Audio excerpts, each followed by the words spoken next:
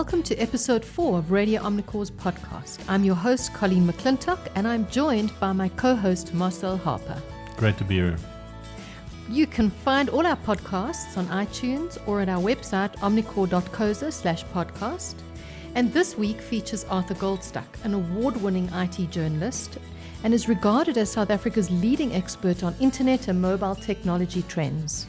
Thanks, Colleen. I'm really personally excited to speak to Arthur today. I mean, he's really a guru of all things digital in this country, and I can't wait to see what he has to share with us.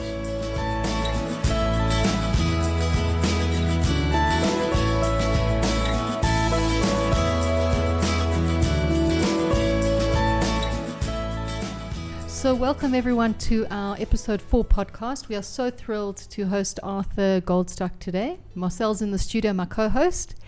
And we're going to start off with letting Arthur introduce himself, because if I had to try to do that, I'm sure I would get it wrong. There are so many things you've done, and I don't want to leave anything off.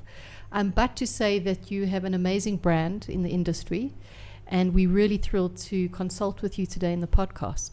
Thanks, Colleen. Thanks, Marcel. I guess my main role or job or purpose is running a company called Worldwide Works, which essentially conducts market research in all things high tech. Fundamentally, we look at internet access in South Africa and then the services and behaviors that exist on top of that internet access, from online retail through to social media, through to online banking and various other enterprise categories like cloud computing and the like. And then on the other side, you could call it the flip side of the coin, I still play a role as a journalist. So within Worldwide Works, we have an online magazine called Gadget, where I'm the editor-in-chief, and I have an editor by the name of Sean Bacher, who looks after day-to-day. I write a weekly column for Gadget called Goldstuck on Gadgets. And then going outside of Worldwide Works, I still act as a journalist. My background is in journalism. I was for many years a music journalist and also at one stage news editor of the Weekly Mail, which became the Mail and Guardian. And while at the Weekly Mail, I helped start PC Review, which was the first really popular oriented computer supplement of a newspaper in South Africa. And it pioneered simple writing about complex areas of technology, IT, and the like, and how computers were being used. That's always been the key to me, is how are people using computers and computing power, not how does a computer work. I myself don't know how a computer works. I can't fix a computer. In fact, when people have asked me to fix stuff and I've tried to help them, I've tended to break it more. But I can tell you what to do with it and what people are doing with it and what the implications of that are and what it means for the future of technology and business. So that's been my speciality, really putting all of that into plain English.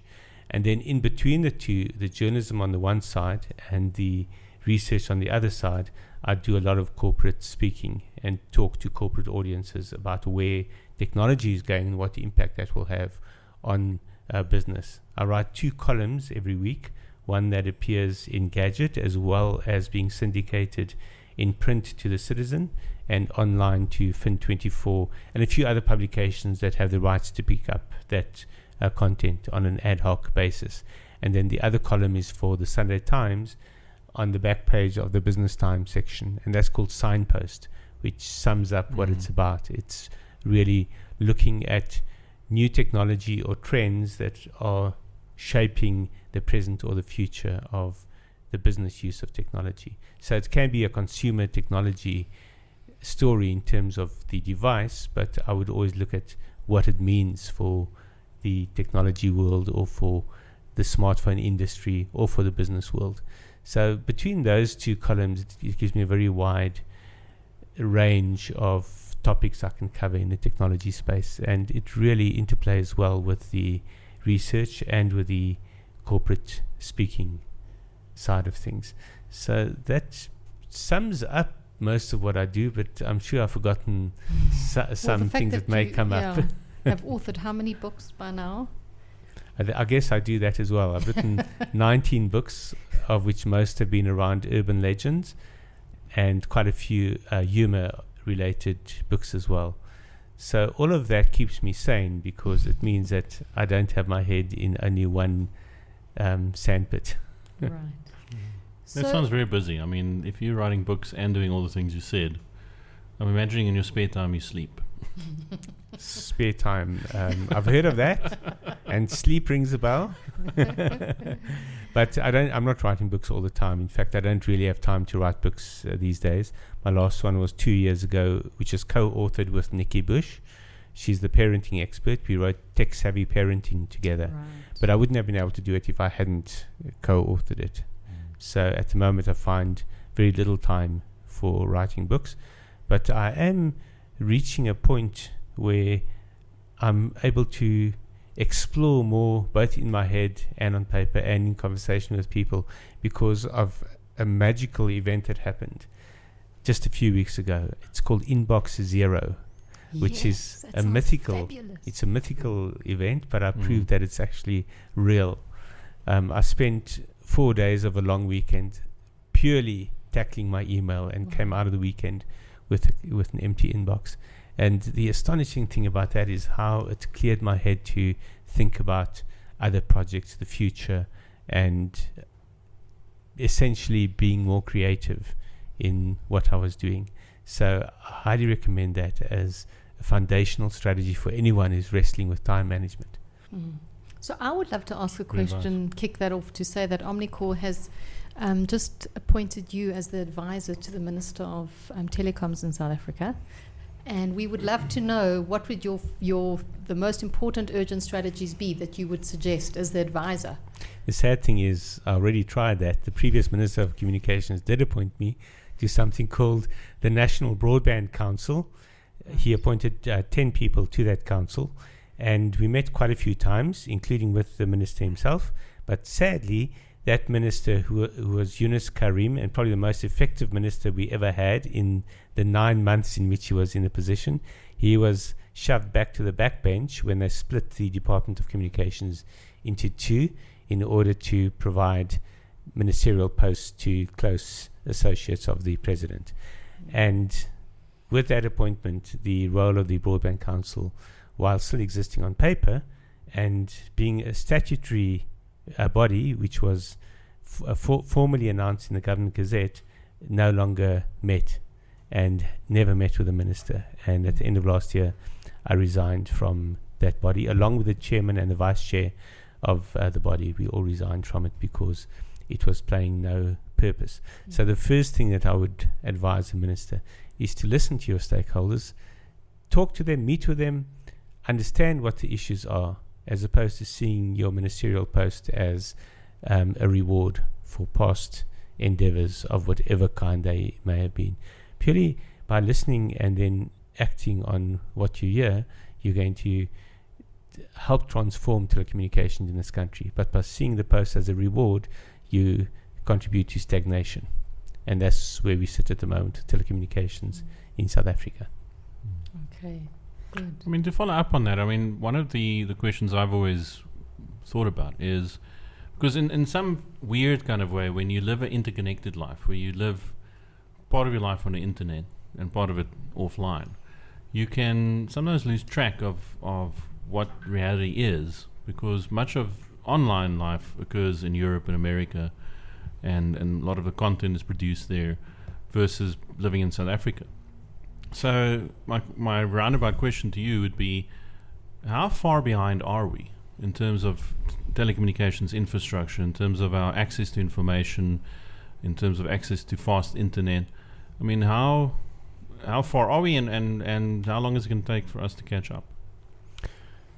There's an exact number one can put on that, and that is 5 years. And why I say that is because when you look at the licensing of the spectrum necessary for specific technologies, we are now sitting 5 years behind North America, in particular, in terms of licensing 4G spectrum, or at least the spectrum that's best suited for 4G. So they no longer license a particular technology, but they license a spectrum that's appropriate for that communication technology. And 3G was licensed 5 years after or it was brought to market 5 years after it became available in Western markets, and now 4G still hasn't been licensed, and we're now 5 years behind. So when I say 4G, I'm talking about the spectrum that's appropriate for 4G. And I think one can take that 5-year gap into various areas of technology. Where we are up to speed is when people have it within their own power to use new technologies, new ways of thinking, etc. So a good example of that is, let's say, Samsung's new phones.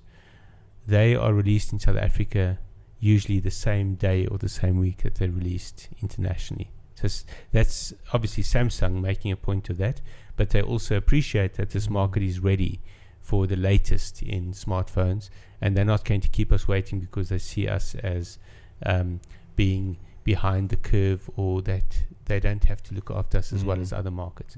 They make sure that the consumer here is given the technology when they're ready for it. With Apple, we tend to lag about 2 months behind. They see us as a second tier, sometimes third tier market. So Apple does treat us as poor relations, but they were only 2 months behind. So when it comes to the use of gadgets and devices, it's usually a matter of a month or two, if at all. If it's an online service, then it's a matter of waiting for the provider of that service to make it available here. So a good example of that was Netflix, which became available globally in January. And we thought it was going to be a staggered rollout and we'd have to wait, but we were part of the international rollout to 150 markets. Right. So an online service, we are right up to speed. With gadgetry, we are a couple of months behind. But when it comes to broad-based, license-based infrastructure areas, we're 5 years behind. Right. I guess that's how we can sum it up. I mean, an analogous thing which I guess as a psychologist I'm interested in is the psychology of all of this, and how people really think about the internet and about social media. And I know that's you spend a lot of time thinking about that as well. And I guess that's where I've encountered some pretty weird behavior sometimes, where you would suddenly realize that there still are quite a number of people in high level positions in corporates and in other organizations who still pretty much see the internet as a bit of a faddish thing, and who will sometimes even say such things, to say what Twitter or Facebook is a fad, as opposed to when you go to other places in the world where it's more integrated into everyday life. They're seeing it as a new form of life which is not going anywhere, in the same way that we're not going to suddenly go back to steam engines. And I was wondering how you approach that kind of attitude when you encounter it, and what are your ideas around how we might alter that? Well, there, firstly, you can put the time lag at around the same time lag as our regulators in terms of spectrum. So I would say that corporate South Africa is about 5 years behind, let's say, corporate America. And there, I'm not talking about every corporation, but I'm referring here to your average CEO and CXO, your average executive level corporate animal in this country. They are not online animals, and they're not social media animals, but their customers are, and that's where they make the massive mistake of thinking that it's a fad, of thinking that it's not relevant to them. A lot of senior executives, because they don't have time for social media and because they're so focused on climbing the corporate ladder, believe that it's not relevant to them.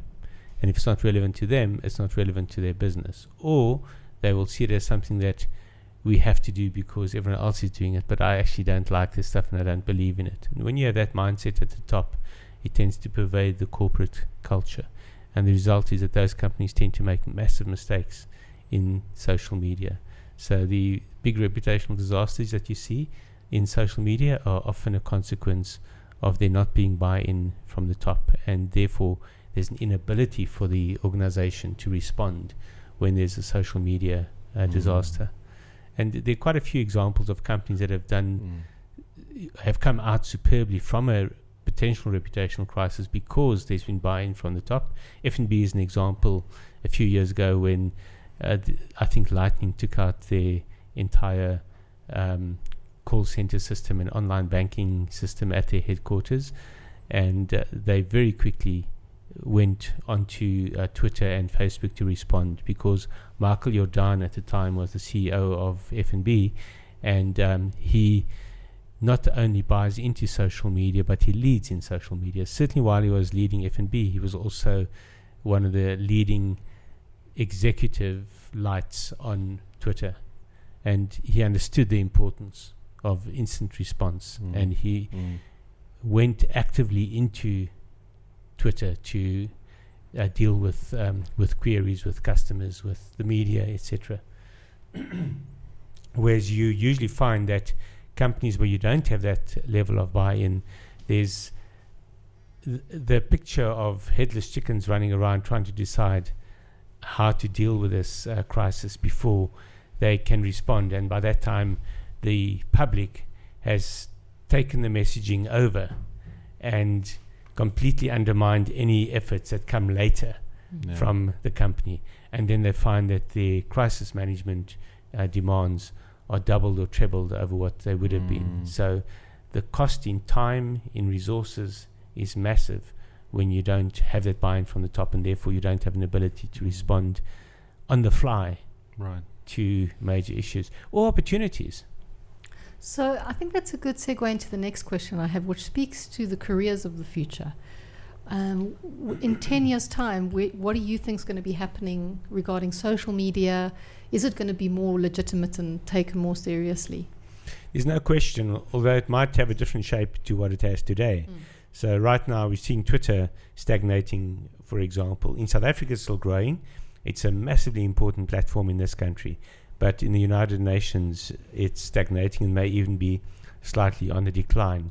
And we're seeing the rise of the visual social networks like Instagram and Snapchat.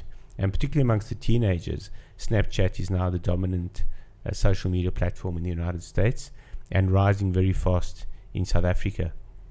So we have to understand what that means for communication and for reaching specific target audiences. But it doesn't mean that you've got to chop off the king's head, the king being traditional social media, just because there's a bunch of kids running around with a new kind of face. We've got to understand segmentation. That becomes more and more important as social media becomes more and more diverse and complex. And we also have to understand that it's not one platform that we've got to look at and focus on. So it's not a Twitter strategy, it's not a Facebook strategy, it's a general social media strategy. And ultimately, I think social media becomes just a part of general communications. So we have to have a broad-based communication strategy which embraces social media. That's really the key to it. And that has to be part of your, if you talk about a business, that has to be part of the business strategy. The business strategy must have a deep seated acceptance, buy-in, and integration of communications strategy. And the business of the future, far more so than the business of today, which still thinks it only needs to put its products out and people will buy it. That's not how it's going to happen in the future. But taking that into the careers of the future, I think in the short term there's going to be a huge opportunity for people who understand these tools and these means to act as consultants or as internal experts. But I think that's an interim kind of phase before it becomes part of the fabric of what we do. For example, you don't need telephone experts today, but you do need contact center experts, unless you want frustrated customers if you're a big company. So it's that kind of thing. You need to have somebody or you need to have a competency in a far broader space. In terms of careers that are in trouble, let's start with that before we go into the kind of careers we're going to need. That's actually something I talk about a lot, is the jobs that are going to vanish in the future through a number of underlying trends, developments, and technologies, which includes artificial intelligence, it includes robotics, it includes 3D printing, and cloud computing and the ability to store massive amounts of information and then to analyze that information on the fly, that's going to put a lot of business analysts out of work, for example. But let's start at the bottom. So people talk a lot about manual labor being replaced, but that already happened. The robot revolution, in terms of robots taking over the jobs of humans, that's posed as the big threat of the next 10 years. I'm sorry, but that's so 20th century. I'm astonished people are still putting that out there as the big threat. The threat isn't the robots. The threat is the artificial intelligence that the new generation of robots is acquiring. And that artificial intelligence can be built into any interface. It doesn't just have to be a robot. So the robot is just a very visual kind of human replacement image for what we're talking about. But when you look at what you can do with artificial intelligence and building it into phones, into wall units, into any kind of interface, any kind of technology, and you start looking at what that can do to jobs, that's far scarier than what robots can do. So the robot is the production line technology, and already we've seen production lines become more and more automated. That is really robot technology. Well, I guess that's what we're seeing with companies like Google and their AI, which recently, they showed that it can understand and work with natural language. Yes. Where it won that Jeopardy contest. I mean, that's the real new doorway opening up for AI and for humans. Correct. And we saw AI beating the world champion at Go, which has terrified the South Korean population because they suddenly realize that a human being is not necessarily more strategic in its thinking than artificial intelligence. You could say robot, but it's not really a robot. It's artificial intelligence. What they say is a category that's under threat in this context is the fast food worker, because robots will take over a lot of the roles of fast food workers. But again, that's really just automation taken to a higher level. That's not the big threat that we're facing, or that the worker of today is facing. Where you see the threats is where manual labor from a mental processing point of view can be taken over. When I say manual labor, it's really mental labor, but we've got to start thinking of manual labor and mental labor as the same thing. So mental labor is going to be taken over by artificial intelligence in quite a few professions, one being journalism. So let's look at my own profession first. Already you have algorithms that can take financial reports and produce in other words, annual reports from companies, and produce newspaper reports out of that. So replacing the role of the basic financial journalist. So if you're a more experienced or advanced financial journalist who can extrapolate from what you see and come up with creative or thoughtful writing, then you still have a role. But if you're simply analyzing financial reports and putting it into print, your career is at an end. That's beginning now in the United States, and it'll gradually flow through to the rest of the world as publishing houses look to save money on that kind of grunt work. The next category is lawyers, and there I'm talking about entry-level lawyers.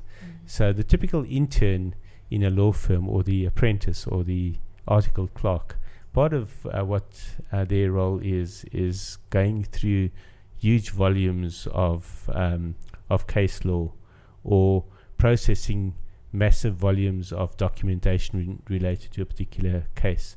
All of that can be taken over by algorithms, by artificial intelligence. So the role of the apprentice in various industries, but particularly with regard to the articled clerk in law firms, suddenly is dramatically diminished, which means that there'll be far less need for articled clerks, which means it'll be far more difficult for a law graduate to find a job, which means that there'll be far fewer lawyers rising up the ranks, which means there'll be far fewer qualified lawyers in future, which means probably a better world. Oh, wow. Sorry, that's an anti-lawyer joke. But seriously, that might lead to a crisis in the long term where we don't have enough lawyers, and suddenly there's massive demand to train new lawyers, in the same way that in some countries we have a crisis of not enough doctors. So you're kind of disincentivizing the creation of, if you follow that apprentice to master analogy, exactly. You can't become the master before you've become the apprentice. Exactly. So you've got to follow that trail and see where it actually leads, and you suddenly realize that this is a far bigger issue than just a few jobs that can be replaced by robots. And by casting it as the robot threat, you actually underplaying the potential damage or the potential threat, and you are holding back almost the preparation for this new future. So we have to understand just how dramatic this new future is going to be in many professions.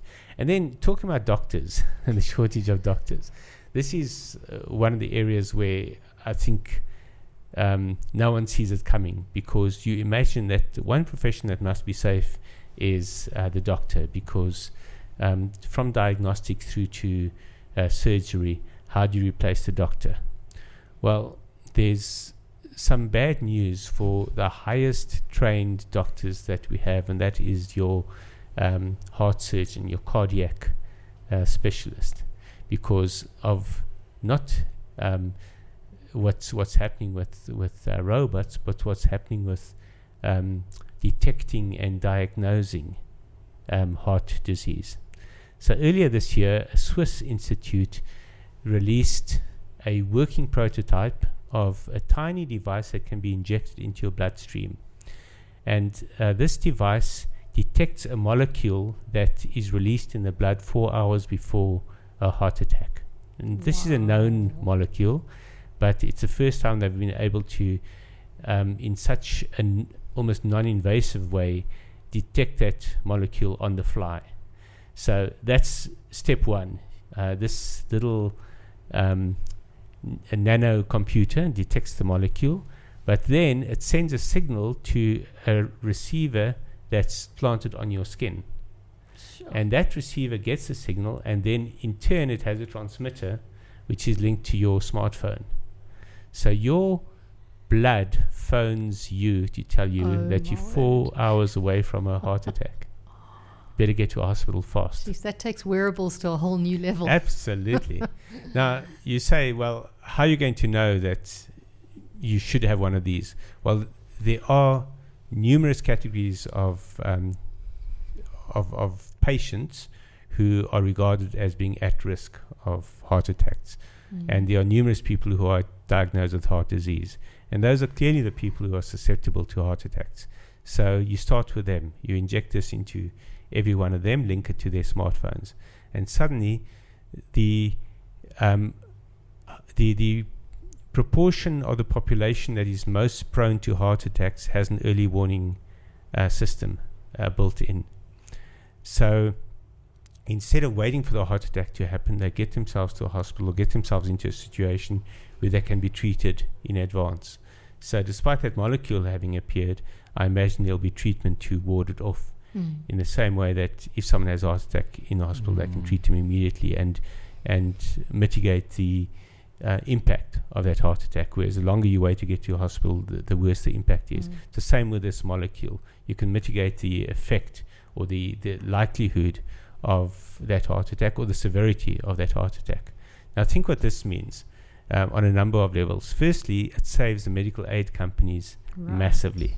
So they're going to push very hard for this technology to become standardized, and they'll fund the use of it by their patients, because the cost of having this technology stuck into our bloodstream is going to be far lower than the cost of heart transplants and cardiac surgery and pacemakers and the like.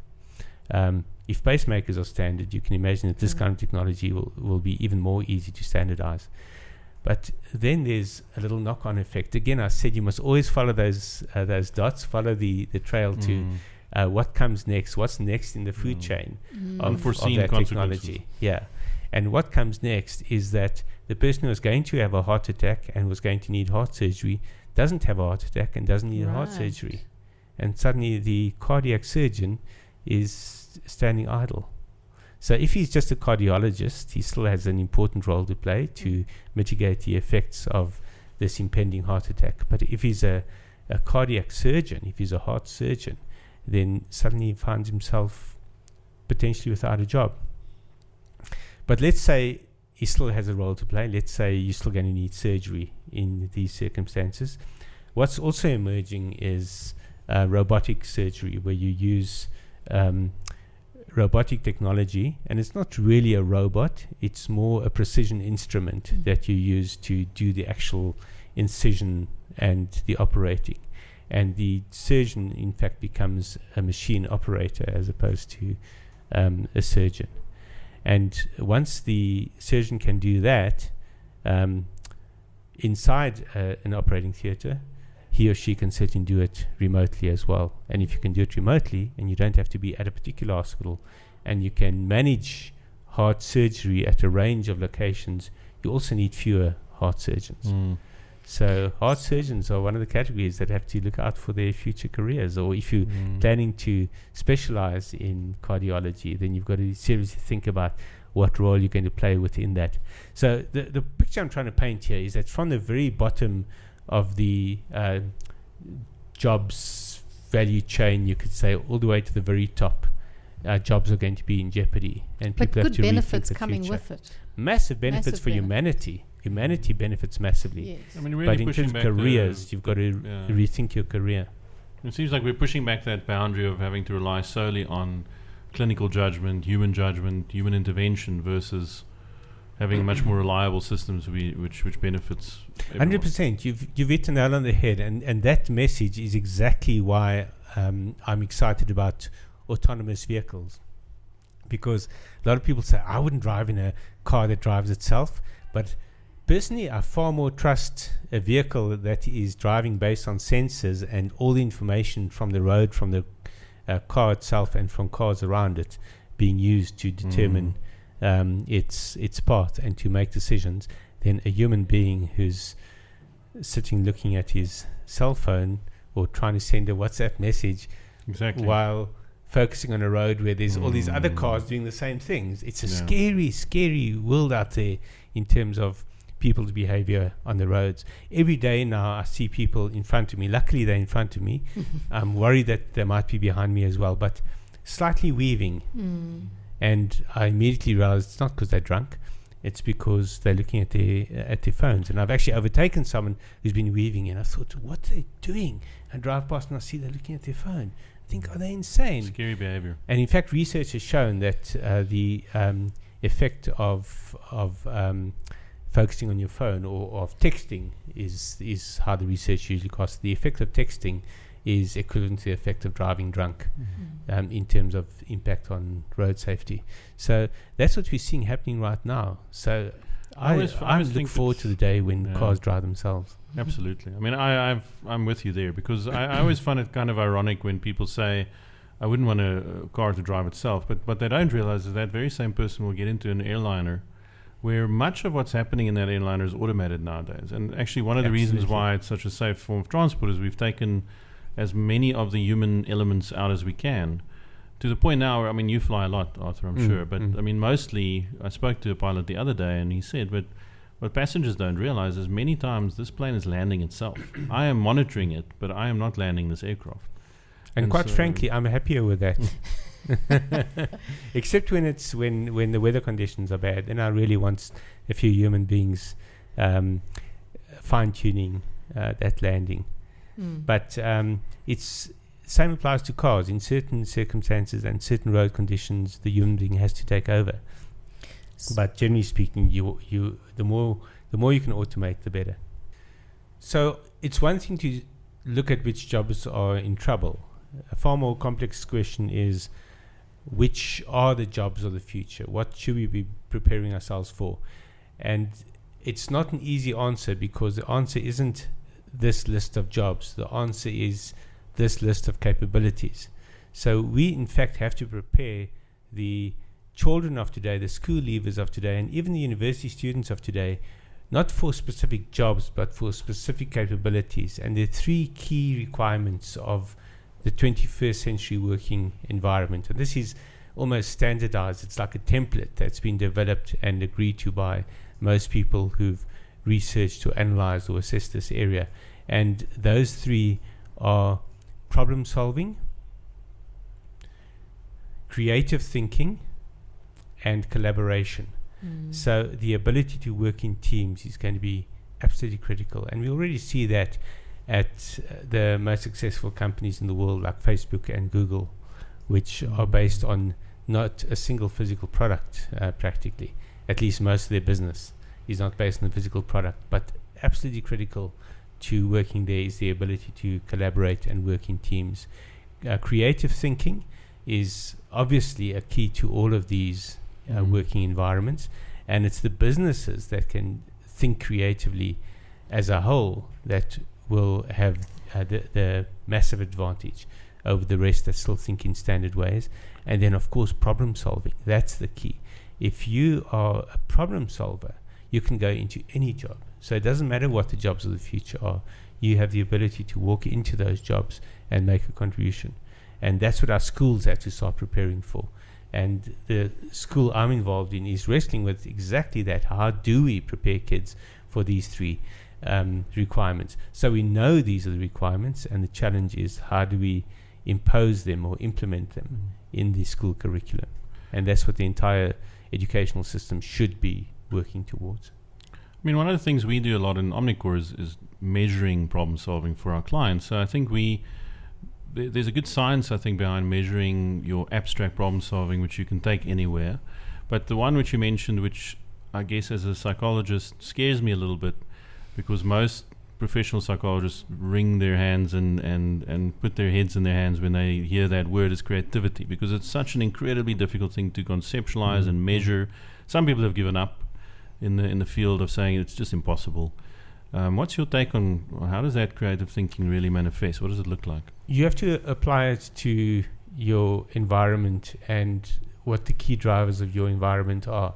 So in the tech space, that typically manifests itself as innovation, which is in fact exactly the same kind of word, which for business analysts and consultants, they also bury their heads in the sand, because you can't really define innovation in the business environment, and you can't pin it down. You can't say this is what innovation is, or even more difficult, this is how you do innovation. You can't do innovation. You have to have a culture of innovation, and that's what makes it so difficult. Same with creativity. You've got to have a culture of creativity as opposed to this is how you do creative.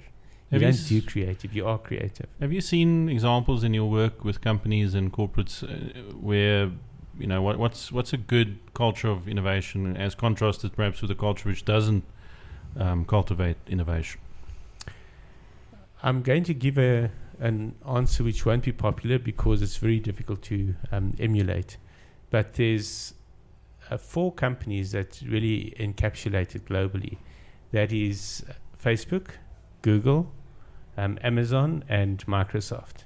And a lot of people are always startled when they hear of Microsoft in the same breath as creativity or innovation. But what they lose sight of is that this is in fact still one of the most successful companies in the world. If you look at the companies with the most money in the bank in the world, I think Microsoft is number 2 or number 3 after Apple and Google. Apple, Google, and Microsoft, I think, have more money in the bank, cash in the bank, than any other companies in the world. And there's a reason for that, because they are highly innovative, highly creative companies that also understand their products and the market exceptionally well. So those are all parts of what go into the mix. But there's one key from a business point of view to the 4 that I mentioned, in particular Google and Facebook, as well as Amazon to some extent, and Microsoft to a lesser extent. But that is their ability to innovate, release product, analyze feedback, and then apply the feedback to decision making very quickly. So there's a great presentation that I saw 2 years ago in at something called EMC World. EMC is the world's biggest storage company. They were bought by Dell last year, and the biggest IT acquisition in history. And they have an annual event in Las Vegas where they look at the future of storage and cloud computing. And one of the speakers was Paul Maritz.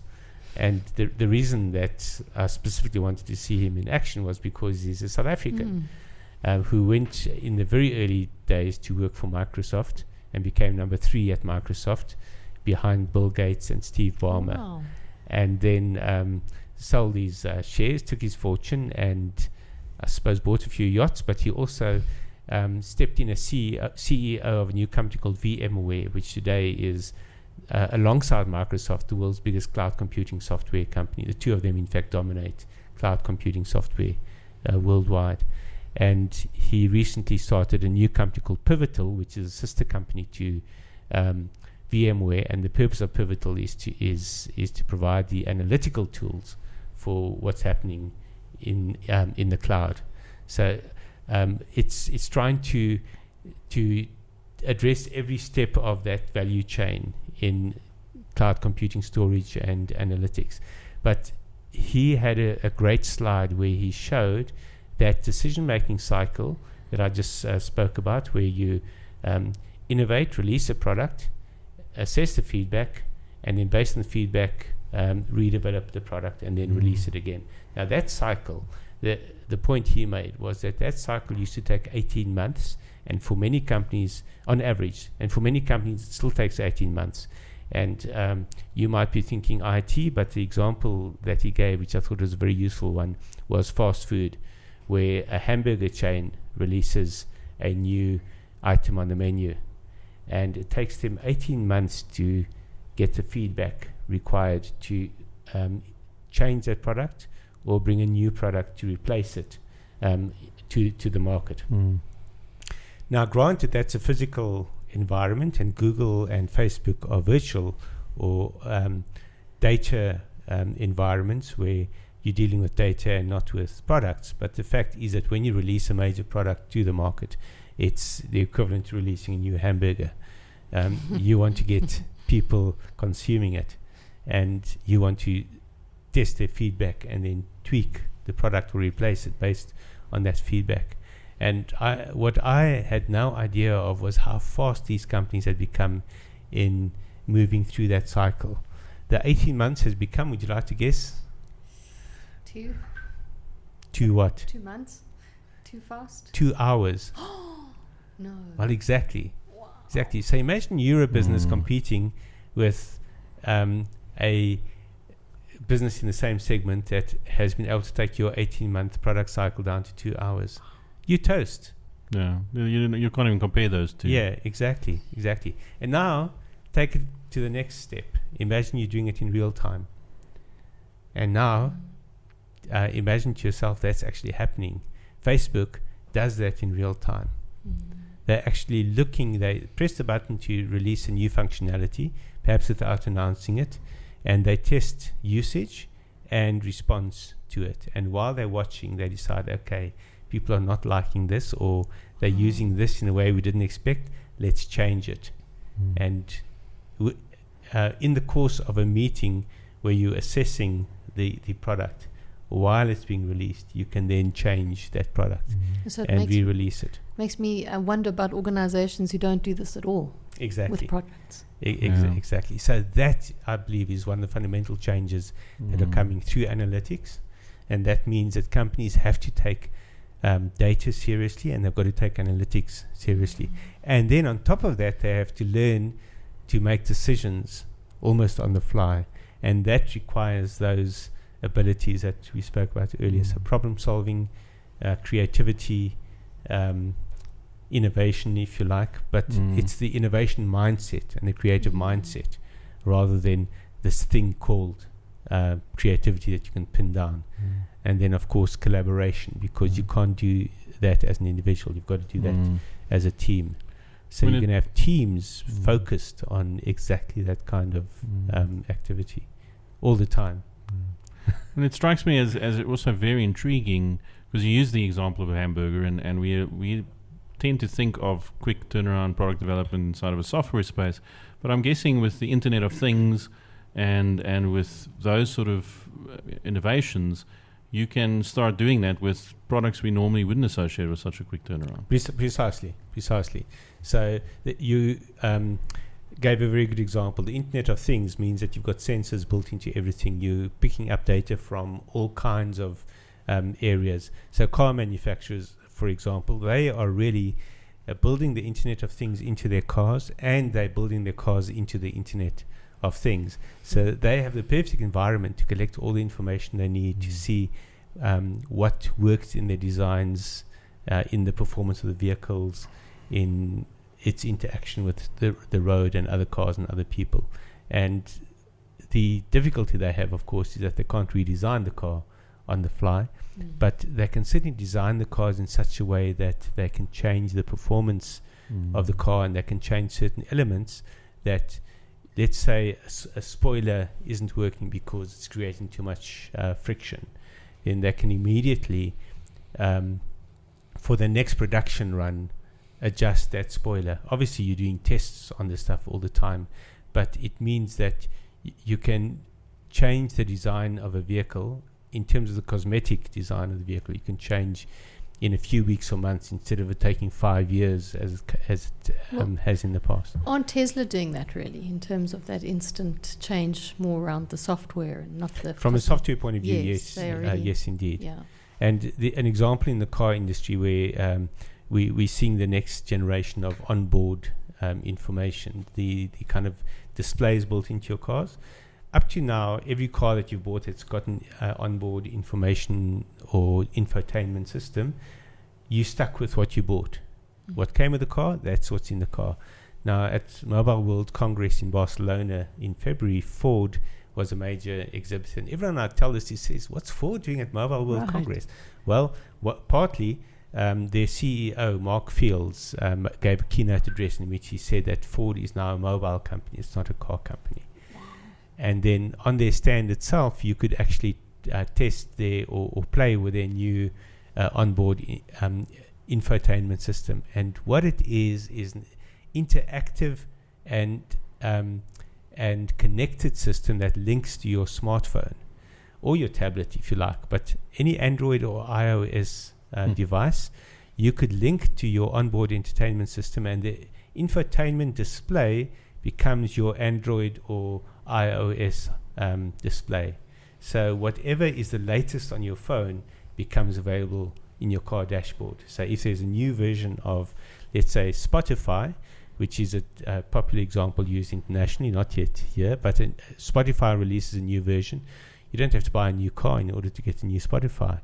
It's linked to your phone. So you're simply playing the new Spotify app through the infotainment system in the car.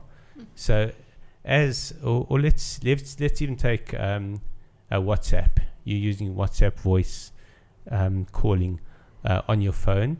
You transfer that onto your display in your car. So you're using WhatsApp voice through your car infotainment system. WhatsApp releases a new version. You automatically have the new version in your car because you're playing it from your phone. So you have your system in the car as well, but one of your options is to have your smartphone interface in your car. Amazing, hey? So through that kind of route, you, in fact, it's not even instantly updating or upgrading. It's pulling in what's been instantly upgraded by others. And I think you'll see more and more of that in the future. A real integration between your everyday life and the technology interaction. Exactly that. So I think it also speaks to Omnicor's transition in a way, because we've moved from that space of bespoke consulting to being a software company. The whole Ford analogy for me is quite interesting. And we're interested to know, Arthur, in your view, in the next 10 years, what kind of offices are we going to work in, or maybe even sooner? Omnicor are playing with the whole virtual team idea, and have you got any views on that? If you want to see one of the potential offices of the future, you could visit the Google offices in Johannesburg. Better is to visit the Google office anywhere else in the world. in San Francisco, obviously in Silicon Valley, but they also have a fantastic office in Tel Aviv in Israel, which was given carte blanche to do it the way they wanted to, and they've got a fascinating take on it with different kinds of environments in the office. And what it does is it inspires creative thinking. So there's no sign that says be creative, but there's a vibe that says we are creative, and it changes the way people think. But to go to a much more mundane company, because everyone knows Google and Facebook has cool offices wherever they are. Standard Bank has an outlet in Rosebank. It used to be the Rosebank branch of Standard Bank, but now they've turned it into a number of different kinds of spaces, including a collaborative working space where startups come and are given space and time and resources as part of their incubation program. But then also in that same building they have something called the Playroom, and the Playroom is a range of very playful working and collaboration environments, very similar to what Google does. In fact, it's probably partly inspired by Google. They had a designer come in who's looked into these spaces around the world and come up with amazingly creative working spaces, including an area where you can sit on swings and chat while you're swinging. And every time you come up with an idea that's worth noting down, there's a kind of workboard next to the swings where you can put it down. There's a skate park, so if you want to just clear your head and go skating for a few minutes within the building, inside what you might say is an office. So we are seeing a kind of far more creative and playful approach to office space, but that's the outlier. Your standard office, I believe, won't change much, because the mindset of the standard corporation is still bums on seats that we can see. And it's the thinking around the working space that has to change, and that thinking is still stuck in the 19th century. We want to see you in your place of work. We want you to clock in. If you haven't clocked in, then you're not going to get paid. Exactly. You're not really doing any work if you're not sitting there doing something. Exactly. And I've seen it in supposedly highly modern companies, advertising agencies or agency-oriented companies that you would think would be far more creative. And if they don't see you in your seat, you're obviously not working, so they don't want to pay you. Well, you'll be thrilled to know that Omnicor is different. And I think under the leadership of Marcel and Hilton, we were playing around with that idea around giving flexibility in virtual working spaces. I'm delighted to hear that. I'll just give you one last idea. People think that the call center of the future means no more humans because of chatbots and the like. Facebook just in fact announced this new chatbot technology that anyone can use and create chatbots which are virtual agents using artificial intelligence. Well, artificial intelligence, when you have a complex problem, really sucks. Excuse the language, but it doesn't solve the customer problem, especially when there's a major crisis and you have thousands of customers wanting answers on a particular issue that's suddenly arisen. Chatbots are useless for that. You need human beings for that, and you need to be able to scale up at a rapid pace in terms of your contact center agents, and current contact center technology doesn't allow for that. But what is potentially going to happen in the future? And in fact, just in the last few weeks, a company called Interactive Intelligence launched something called Pure Cloud, which is a cloud-based contact center software system. And what that potentially allows for is that you can have contact center agents sitting at home ready to be called up. They ad hoc part-time agents available for when they need it. And they get a call on their smartphone maybe or on their wearable. They get an alarm, whatever. They get a call to say, there's a crisis, we need you to man your station now. And they immediately go and sit behind their computer, which is linked to the cloud-based contact center system. Just stick on their headphones if that's what they use, and their mouthpiece, and they're basically sitting in the contact center as far as the customer is concerned. And the ability to scale up your contact center on a virtual basis using cloud computing means that you can go from 100 to 1,000 agents at the click of a button. Wow. So I don't know how you're feeling, Marcel, but I have learned so much in this chat with Arthur. Yeah. And I guess we need to wrap it up now. So maybe just to end, what would you recommend is your current favorite app that could help businesses or leaders? What are you playing around with? Putting Arthur on the spot there.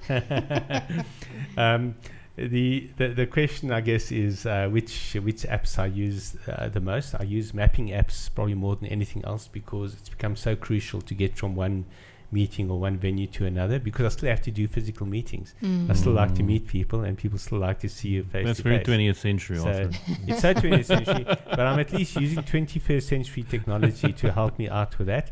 Another app that's been an absolute lifesaver has been Google Translate, which I used in Japan recently, especially wanting to see what the ingredients are of food that I'm buying in a 7-Eleven, and focusing the camera on the packaging, hitting the button, and it does an instant translate. It's a very poor translate, but it actually does tell you what ingredients there are, and I saved myself from some things that I wouldn't touch. So that was a life-saving app. And then in terms of productivity, my most important app is probably OneDrive, which is the Microsoft cloud storage system, where your file storage structure that you have on your computer is replicated in the cloud, and you can call it up on your smartphone, on your tablet, whatever. So wherever I am with whichever device I'm using, I can instantly access my entire file system, all my documents, and that has actually been probably the single most important app that I've used. One more is Gmail. Gmail is my absolute lifesaver. To me, it's email in the cloud, and it means wherever I am, I've got my email, as long as I've got a connection to the internet. But between Gmail and OneDrive, those are my absolute critical business tools. Great. Thank you so much. Thanks so much, Arthur. I mean, I think we could talk for most of the day, actually. I probably have about 10 more questions I'd like to ask you, but maybe we can invite you back if you would have I'd be that. delighted. Thank you very much. Great. Thank you. Thank you. So, is your organization ready for the future? Will your job look the same? Thank you for listening to our podcast. We really value your comments. And it would help us if you review our podcast, go to iTunes. And I'd really like to thank our producer, Matt Bestling, for all his input. And you can find much more on our website, which is omnicor.co.za/podcast. Next week on our podcast, Helen Nicholson will be here talking about some hacks you can learn on the networking nightmare.